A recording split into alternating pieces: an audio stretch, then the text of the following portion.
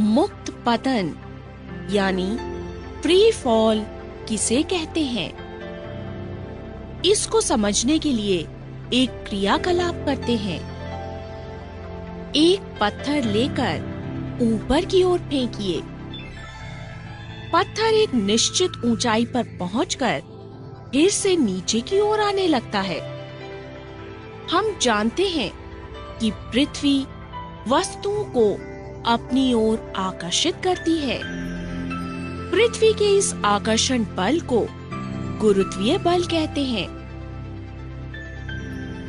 जब वस्तुएं पृथ्वी की ओर केवल गुरुत्वीय बल के कारण गिरती हैं, तो हम कहते हैं कि वस्तुएं मुक्त पतन यानी फ्री फॉल में हैं।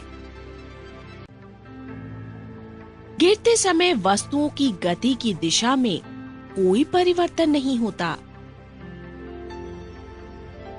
लेकिन गुरुत्वीय बल के कारण वेग के परिमाण में परिवर्तन होता है। वेग में परिवर्तन त्वरण को उत्पन्न करता है और इस त्वरण को गुरुत्वीय त्वरण कहते हैं। इसे जी से निर्दिष्ट करते हैं। जी यानी त्वरण का मात्रक है मीटर प्रति वर्ग सेकंड यानी ms की पावर घटा 2।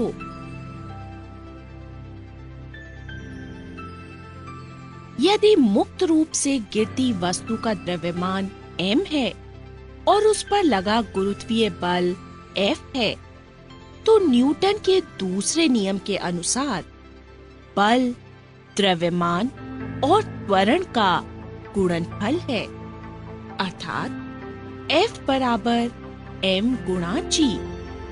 इसे हम कहेंगे समीकरण 1।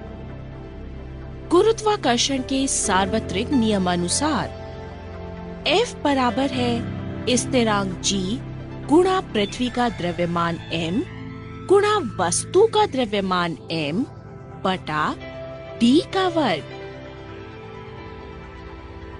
समीकरण 1 और 2 से गुरुत्वीय त्वरण g बराबर आया g गुणा m बटा d की घात 2।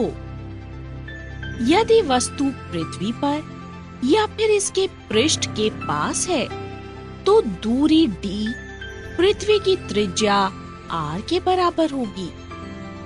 इस प्रकार पृथ्वी के पृष्ठ पर या इसके समीप रखी वस्तुओं के लिए s g बराबर है स्थिरांक g गुणा पृथ्वी का द्रव्यमान बटा पृथ्वी की त्रिज्या का वर्ग। हमारी पृथ्वी एक पूर्ण गोला नहीं है।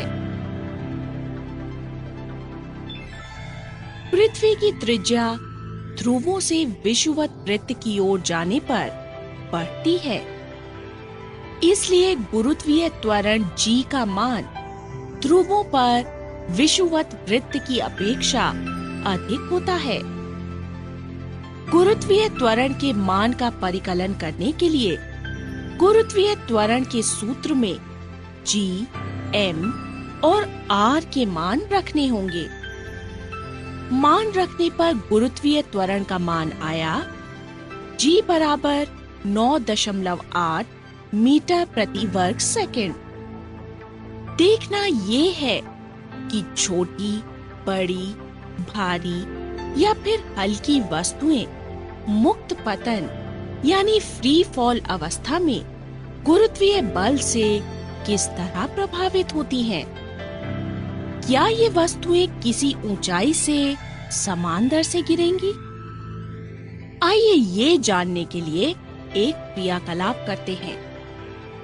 कागज की एक शीट और एक पत्थर लेकर किसी इमारत की पहली मंजिल से एक साथ गिराइए। क्या ये दोनों एक साथ धरती पर पहुंचते हैं? हम देखते हैं कि कागज धरती पर पत्थर की अपेक्षा कुछ देर से पहुंचता है। गतिशील वस्तुओं पर घर्षण के कारण वायु प्रतिरोध लगाती है।